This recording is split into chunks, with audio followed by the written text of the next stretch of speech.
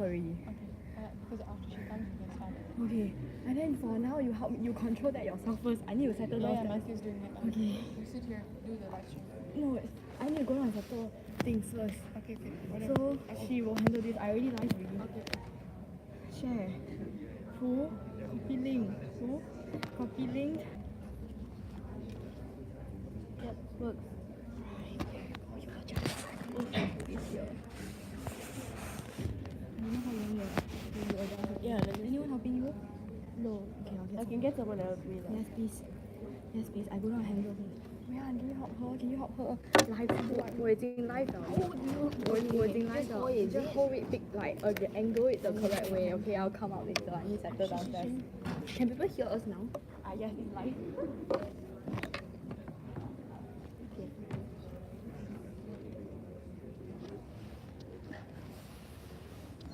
Hi.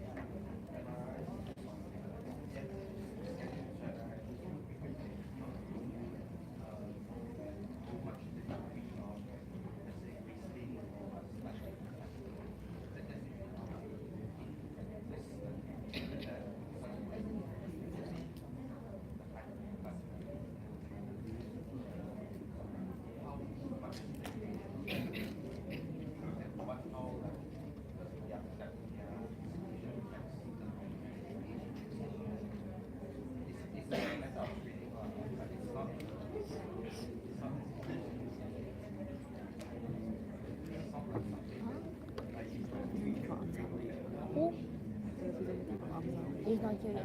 He's here.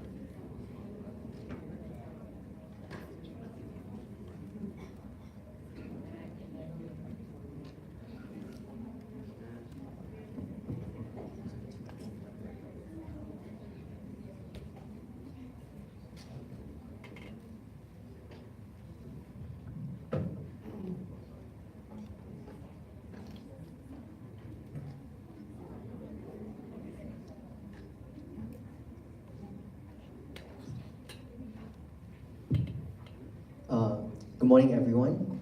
My name is Jasper. I'm a first-year medical student from Singapore. And I'm Yuthika, and I'm a second-year medical student from Australia. And we are your MCs for today. And we are very honored to have keynote speaker Mr. Justin Victor, Ms. Yiling Shin, Vice Chairperson, External, Ms. Sangeeta, Honorary Secretary of AMSA Malaysia, Dr. Arun Kumar, our AMSA Advisor, Executive Committee, and delegates. Welcome to the second Malaysia World Health Assembly Simulation 2019.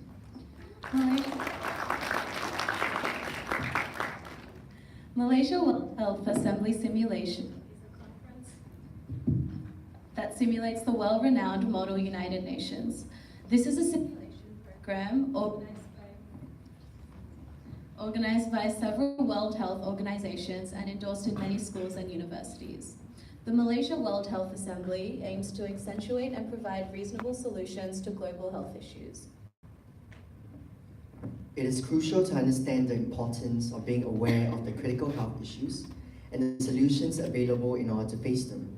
Not only does this create a perfect medium and platform for all students heading in the direction of a healthcare career, it also helps to develop teamwork, friendship, debating, leadership, and creative thinking skills. The tremendous research and effort put into this conference by the members of the executive and subcommittee, administrative staff and advisors has helped to further enrich and increase the standards of this conference. The theme of Malaysia World Health Assembly Simulation is Healthcare for All, Present Scenarios and Future Prospects, aims to look at issues at present and foresee their progress in the future. So by the end of this conference, delegates should be able to think and reflect. How will healthcare improve for the better? Will it improve for the better? Do we have enough resources and responsible political leaders that can improve the public healthcare benefits available today and make a better healthcare of tomorrow and its future? We'll be finding out over the next 2 days how delegates representing countries from Africa, Asia Pacific, America, Europe, and East Mediterranean regions will perform in a simulation of a real World Health Organization assembly. The debate consists of 6 topics: malnutrition and stunted growth, premature mortality, HIV, migrant workers, occupational health and safety, and suicide and substance abuse. Finally, all the committee members are really looking forward to seeing each and every one of you participating actively and contributing to this Malaysia World Health Assembly simulation, honing your skills, confidence in public speaking, and also meeting new friends along the way. We sincerely hope that all of you have an amazing experience at the conference. I'd now like to call upon Sandhya Muthukumar, our Director General, to give her opening speech.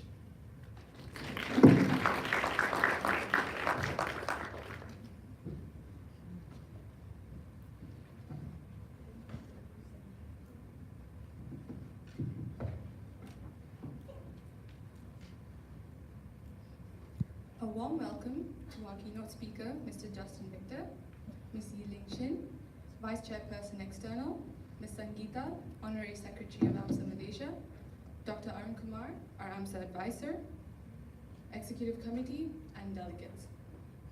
I would like to extend my deepest gratitude towards our main sponsor, AMSA Malaysia, for their constant support.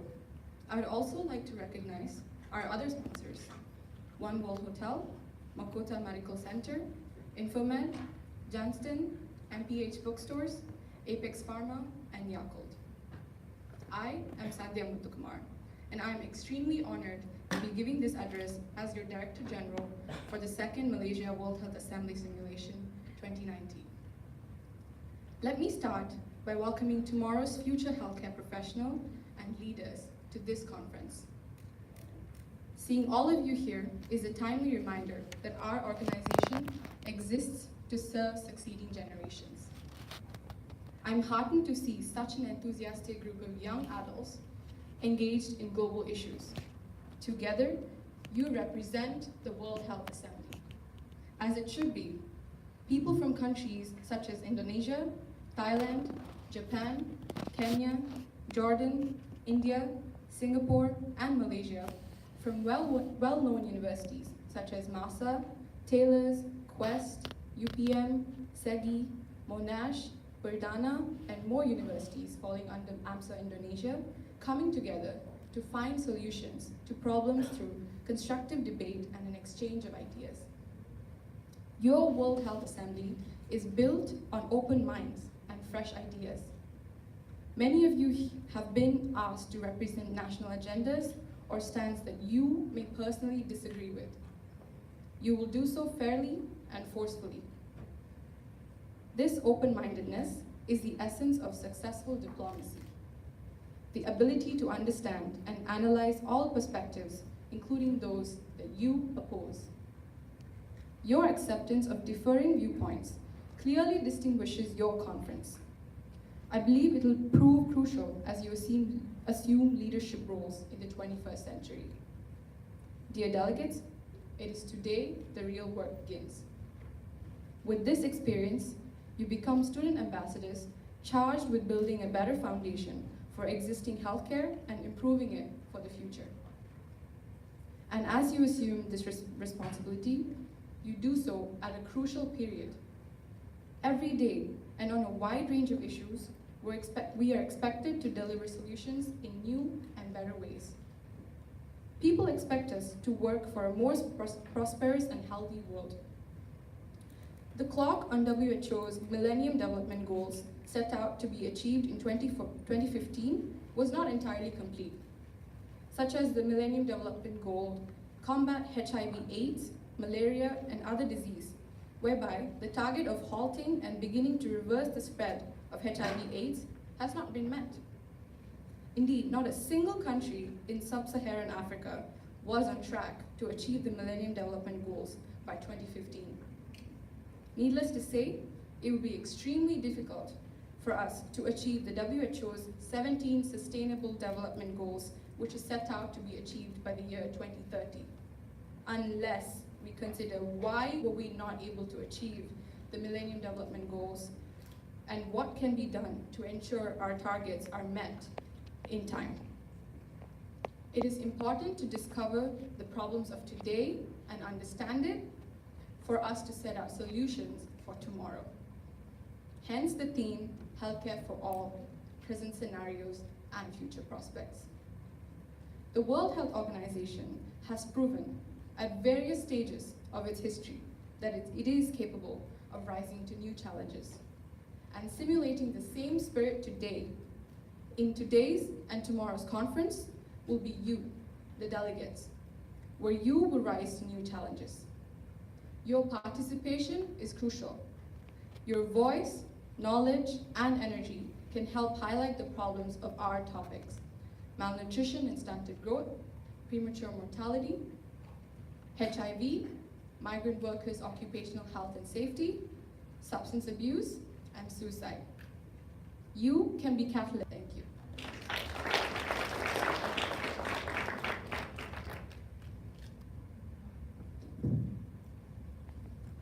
Thank you, Sandhya, our Director General, for a kind speech. Our next speaker has been a constant support for us for the 8 months leading to this conference. Only with his experience and knowledge about organizing conferences such as Malaysia World Health Assembly Simulation, we are fortunate enough to be here today, and I would like to welcome AMSA Advisor Dr. Arun Kumar on stage to say a few words about AMSA and me.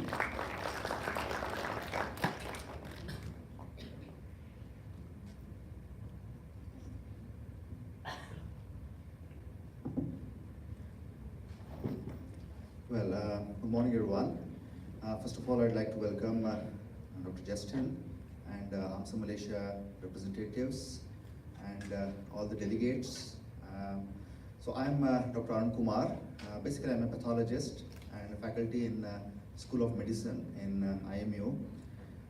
So essentially, I'm representing the School of Medicine, and we are indeed very proud that AMSA Malaysia and AMSA IMU is organizing this event in a very big way.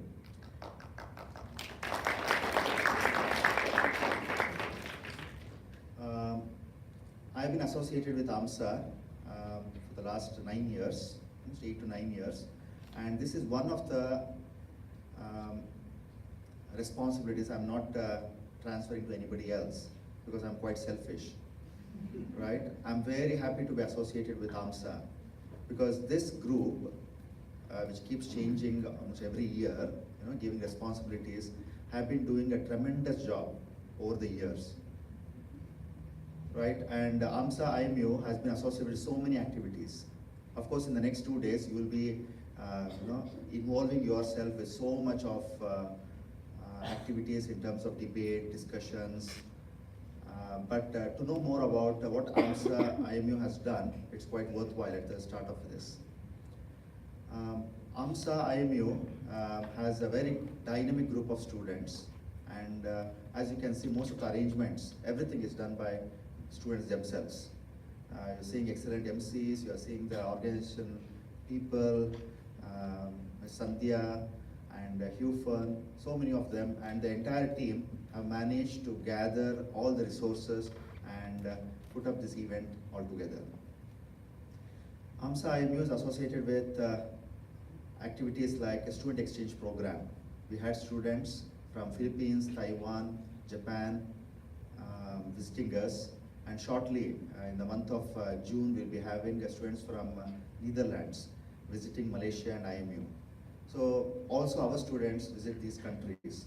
So it gives excellent opportunity for students, medical students, to get into different countries, engage people there and know more about their culture, their way of learning, and essentially to build up social contacts. Not only the student exchange program, but also we have been part of AMC, that is Asian Medical Students Conference, that is a post-AMC or pre-AMC, where students get opportunity to present research-related talks. AMSA IMU is also associated with Empowered. Empowered is a colorectal cancer screening. It's been going on for many years, and we are extremely proud of it.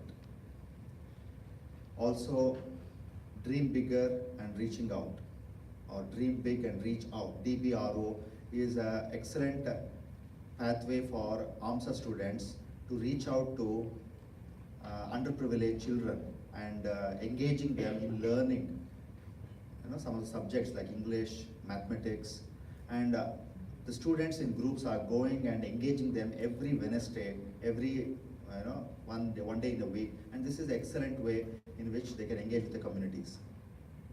So on and so forth. There are so many activities, health checkup camps being organized. There are anatomy pathology summits. So many activities, and we are overwhelmed with their response. In fact, School of Medicine is very proud to have them, and we had AMSA IMU as one of the best performing university group among the Malaysian universities, and it was given an award in 2016. So many different ways it's been recognized. Looking at this aspect, when Adrian, Mr. Adrian, who is a medical student with IMU, he's in clinical campus. Adrian is here? Okay, he hasn't come. Okay, so I guess you will see him.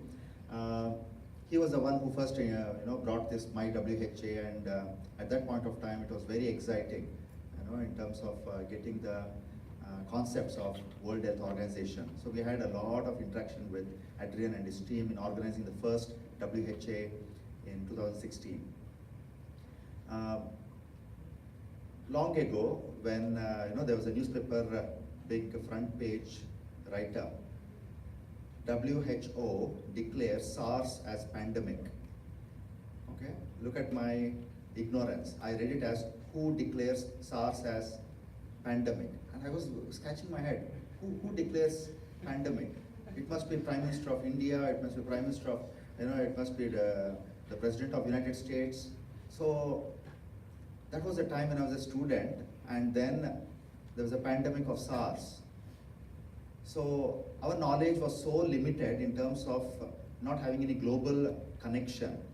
WHO was read as who, who declares. So maybe half a day I took a time and then started reading the entire article. Then I understood WHO means World Health Organization. So things are going far beyond. You're all quite being very familiar with social connections. Now the world has a lot of issues, economic issues, poverty, migration. And with all these things comes the health issues. So the topics here selected are extremely good, and the team is going to do a very nice job. So apart from that, we see the importance of non-communicable diseases. That's also a major concern. Infectious diseases, psychological health are some of the very important activities. One of the important things which you all achieve here is communication, interprofessional learning, and interprofessional contact in terms of gaining expertise from each other. So that's a very important thing what you can do. So at this point, I'd like to congratulate you all to have come here and not lazing out the Saturday morning in your beds, on their rooms or on hostels. And you are here and you are going to do a great job. So with this, I wish the organization a huge success, and you better have a very good learning in the next 2 days to come. So thank you very much.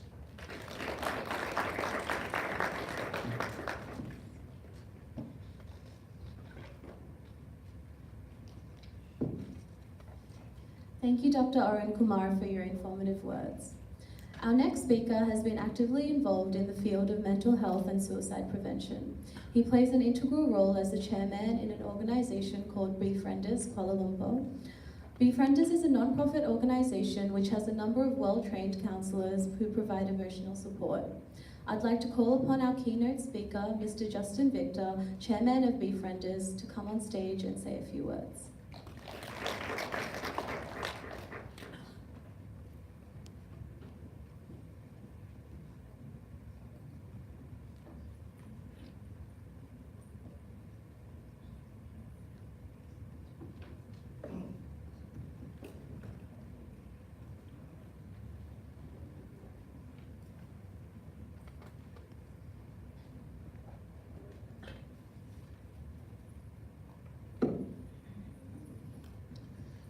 Good morning, Dr. Arun Kumar, advisor of AMSA, Director General Sandhya Muthukumar from my WHA, and all delegates from other AMSAs and delegates here. You're all looking so fine that my mental health is already improved. It is a great effort to be here, and actually I'd like to echo just briefly Dr. Arun's statement that the team has done a fantastic job under Lim and Sandhya, etc. This is quite a advocacy of prevention of public health matters also, that everyone, even in clinical or in various specialties, need to be involved in. The topic that was given to me, of course, is mental health and suicide. In no way I suppose that this is the most important thing. All are important, but maybe I think what is the difference, small difference, is that in a way this is one that is increasingly becoming a concern and needing more action. So several other things, like say if you take AIDS, a lot is already being done, though there continues to be more things that need to be done. So that's how it is. So in a way, I am also thankful for giving us this opportunity to talk about mental health, because that is a matter close to our hearts as Befrienders. Next, please.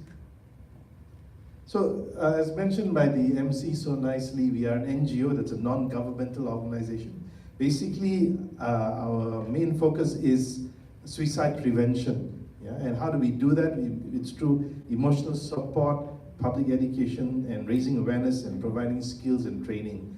So public education is partly what we are doing here, what I'm doing here now, and awareness and providing skills is something we do with various groups, adults, with other NGOs, companies, people from the corporate sector, and also universities and colleges and students. Next, please. So what we offer under emotional support is free of charge, confidential, anonymous, and non-judgmental listening, really. Yeah? And this is available to everyone, regardless of race, religion, so it's not skewed in any way for any of those factors. You have some NGOs which will have certain a religious orientation, and so that in a way is limited to only a few people. Next please. So our organization has about 115 volunteers, and what we offer is a 24/7 telephone hotline, email and hotline, and other things that we have are face-to-face.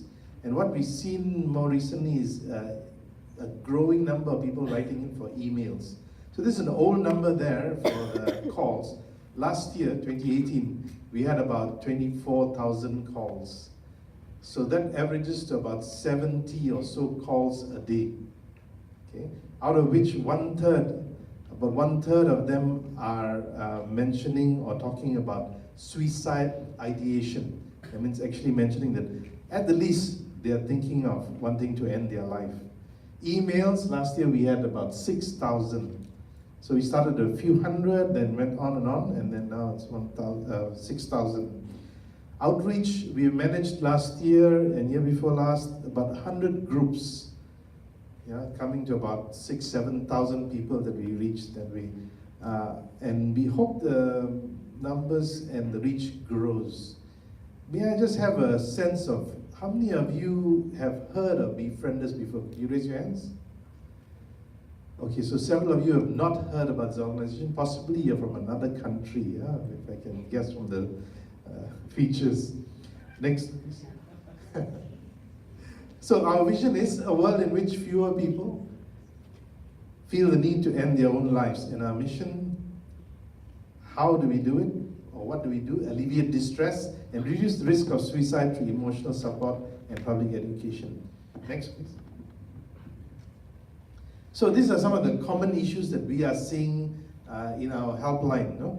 Relationships largely, and then the closer next one is mental health, and then family issues, job, social difficulties, illness. Now any of those kind of problems could have suicidal ideation, regardless of what exactly is the issue. So in a way, one of the things that if you want to have some kind of a link or understanding of general medical health and suicide, a lot of suicidal people have etiology of illness, or other kind of ailments. So there's a strong link with that of a sense of hopelessness or despair that comes with having poor health. Everything from a very mild poor health, or even waiting for results of cancer or something like that, already can lead somebody to despair and great anguish. Next, please. So, what's the state of mental health in Malaysia? Next, please. In Malaysia, the Ministry of Health has mentioned that it's become an alarming issue. Alarming because there's an increasing number of mental health problems. So over that period that you see there, it's about 20 years, threefold. 3 times the number of people having mental health problems. Next. So that means it's 1 out of 3 people in Malaysia having mental health problems. Now just to note, this is not mental illness, like say being diagnosed with bipolar disorder and schizophrenia, etc. But just having an inability to deal with daily life issues over a certain period of time. So that's considered mental health problem. So a lot, 1 in 3 is a lot. And the distribution throughout the country, next please. We are seeing KL and Wilayah Persekutuan, Federal Territory, being very high. Sabah, highest. And Kelantan next in terms of 36%. And if you see males and females, you have more females having mental health problems, very close though, And then you see the racial or ethnic distribution, again, a lot of Bumiputra, so maybe correlating to Sabah incidences, also a high. Next one. So let's look at suicide. So this is a look from a wider perspective, the international perspective, the world. And this is a WHO statistic. So if you see, what we have is about 800,000 people dying from suicide. One of the terms that we want to avoid in mental health is committing suicide, because then it sounds like they've done some kind of a crime. So we say died from suicide, yeah? So about 800,000, makes about, that comes down to about every 40 seconds, one person in the world has killed themselves, has taken their own life. So pretty serious, pretty worrying. And if you look at the top left corner, top left, suicide is the second leading cause of death among 15 to 29-year-olds. Second leading cause of death. Yeah? So that means many other health issues do not come close to this. And if you look down, the number of people who have died from it, from suicide, is more than war and homicides, war and murders put together. 57% of people who died. Now the others, of course, are statistics that may not necessarily be reflective of Malaysia, especially with the use of what kind of means of people ending their life. Next, please. So what is the incidence in Malaysia? So WHO numbers again, not WHO, WHO numbers are 5.5 per 100,000. So this is what they call a very conservative number, because local researchers doing what they call systematic reviews, etc., are placing it higher, close to anywhere between 9 to 10 per 100,000. But just let's take the conservative number, and that makes 1,780 deaths per year, about 5 each day. Next. So what are we talking about? Deaths, about 5 each day. And research again shows that for each actual death, there are about 25 attempts. So that makes about 125 attempts each day. And I told you this is a conservative estimate, about half of what other researchers are saying. So that's about 250. And this is only on those that they can identify through recorded records. You know? So a lot more go under the radar, not known. So the incidence could be much higher. Next, please. One of the studies that our government did in Malaysia is also to study overall health, but they also checked on this, the mental health of adolescents. So these are from 12 years and above, before 20 years old. So 1 in 5 depressed, 2 in 5 anxious, 1 in 5 stressed. Yeah. Next, please. And then we also checked on suicidal behavior. So suicidal behavior includes thinking about it, planning, and actually attempting, all of that. Yeah? And that we're seeing about close to about 10%, or overall, 10%, you know, anywhere between 7 to 10%. Actual attempts are closer to 7. We see them anecdotally in news items or news stories that come up in the local press, but possibly much more that are going unreported. Now, what is how does this stand in regard to services provided? Next, please. In our country, what we have is this: too few mental health professionals, far too few. Yeah? So Malaysia currently has a ratio of about 1 is to 80,000, and the WHO recommendation is 1 is to 10,000. So there are 400 psychiatrists nationwide at the moment. 3,000 or more needed. So if you all are in medical school here, and definitely you've heard that it is not possible to reach 3,000 anywhere in the near future, even if you talk about 10 years or 20 years. How many fold is it for 400,000? Everything from capacity to train, to allow attachments, etc., etc. So this is quite an alarming situation. So what comes to mind for people in NGOs, other advocates, health advocates, and actually in good recognition of our government's efforts as well, the need for various kind of allied health people to be also trained in mental health issues or to be first responders. So right now in all our clinic kesihatan, you may have a nurse who's been trained in mental health and who can actually respond or deal with the person at the first level, and if it's serious, refer them to psychiatrists in the government hospital. And then there's further talk about training several thousand more lay counselors, they call them lay counselors. Very short training, but enough to be able to do some basic help at the most basic level. So these are some of the ways that the government is trying to deal with it. Next, please. So our Minister of Health, Dr. Zulkifli Ahmad, has asked various people, including others, NGOs, to work together. So maybe here is where it comes closer to the theme of this whole conference, health for all.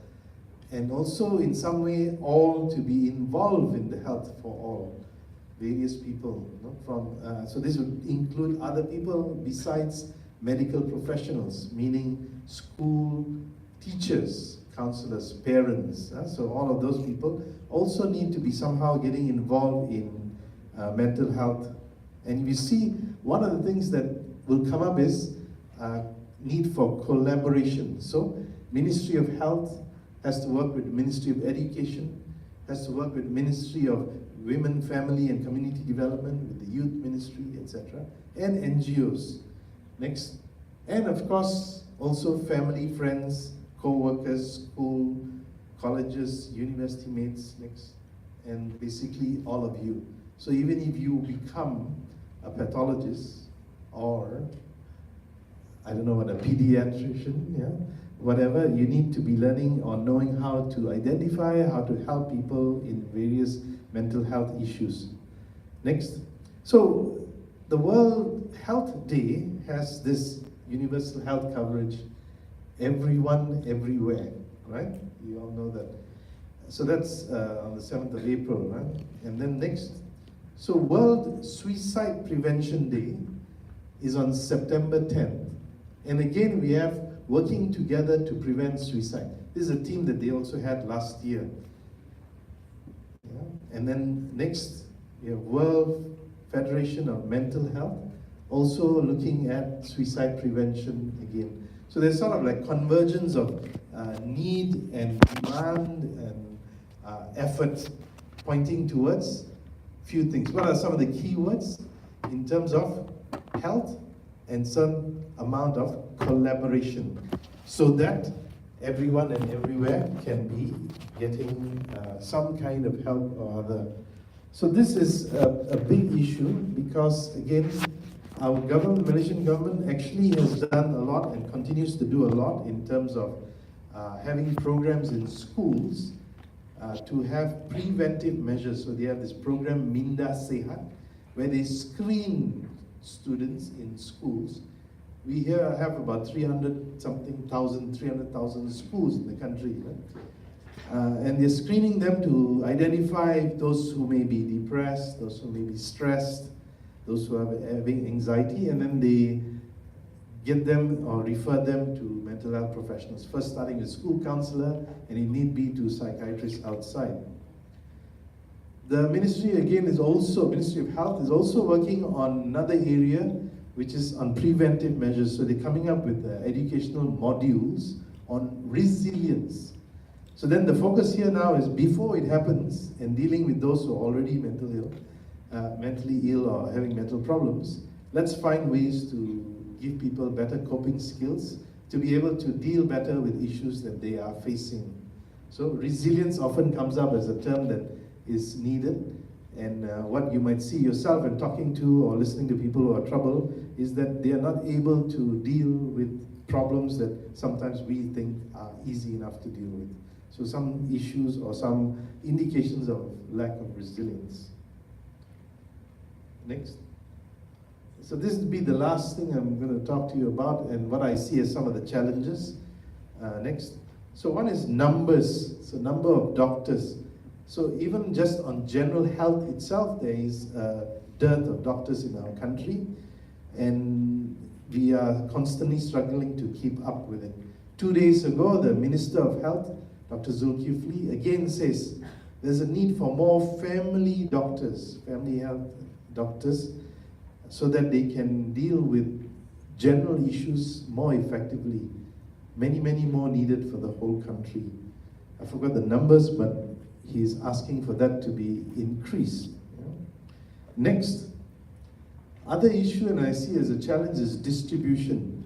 Most professionals in medicine and health, mental health also, once they have finished compulsory government service, usually end up in cities, big cities, where they feel that they can make a living, and very good living actually, yeah, in the private sector. And they would not be out where a lot more people may be in need of such help. This is true of course the general health also, but mental health would probably be more so. We talked about 400 psychiatrists in the country. Many of them are in government service, but in the big cities. So if we start to think about Sabah and Sarawak, the land mass alone is so big and spread out. To reach some places, it takes 2-3 days. Yeah? So then nobody really needs to be or has to be stationed there. But this is maybe an issue that might be something y'all can debate on too. Is it economical then to have just one person in a place which has maybe only 100,000 population over a huge landmass, as compared to having more in cities that have 1 million, 2 million, 3 million populations? We have a few already with those kind of numbers. Yeah. Next, so the other point is about the need for collaboration, so ministries and NGOs. Again, with regard to mental health, the Ministry of Health has been very good, very open, very forthcoming in including NGOs like mine, the Befrienders, and like others like MINDA, MIASA, Malaysian Mental Health Association, etc. So those are all non-governmental organizations who have in place already some efforts to help people in mental health. And finally is, of course, to look at preventive measures, which I already talked about a bit. Catch them young, catch them early, give people skills that are helpful in dealing with problems, rather than wait for them already to be in the problem and then suffering through it. Okay, so with that, it comes to really my end of my presentation. Next, please. Just to plug it a bit, always when somebody gives you something, but a word from the advertisers, right? Yeah. So, just to tell you or ask you to be involved with this part of spreading the word about what we do. We go out to many groups, so several of you have not heard of us. The problem with that is we don't get any money from you calling us, but it means there are many people who are hurting, sad, low, in despair and hopeless, who don't know where or how to get help. Yeah? So this is one of those which is a 24-hour, 7 days a week help. So if you yourself are in trouble, you're welcome to call those numbers or write. Medical students have among the highest level of stress compared to other university students. This is a fact, not a made-up story. Yeah?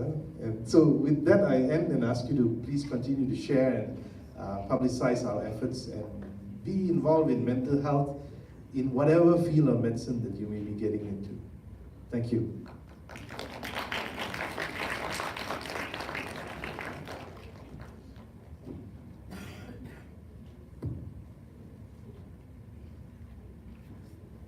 Thank you, Mr. Justin Victor, for enlightening us. We really appreciate your presence today here. So now we will move on to the ribbon cutting ceremony, and I would like to invite Dr. Arun Kumar, Mr. Justin Victor, Ms. Yiling Shin, and Ms. Sangeeta, and the Executive Committee of Malaysia World Health Assembly Simulation on stage.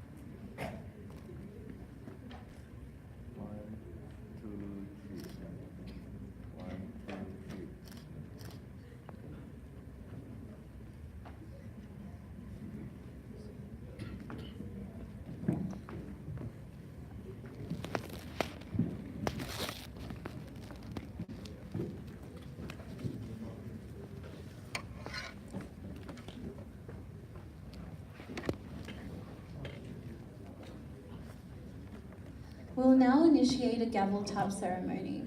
Let's give a warm welcome for our Director General Sandhya Muthukumar and Deputy Director General Gaurang Kumar Patel.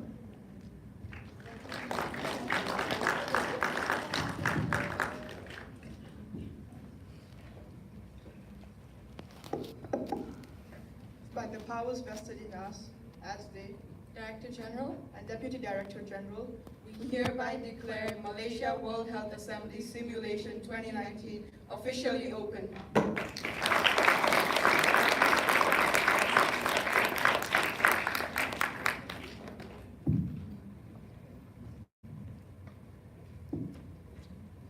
So we have now come to the end of the opening ceremony, and we'd like to thank each and every for your amazing attention.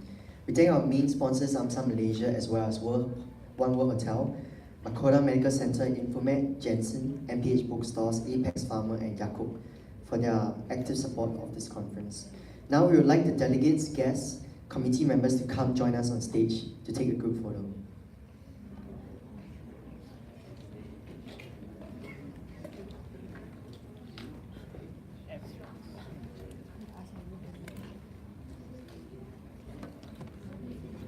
So we can end this, right?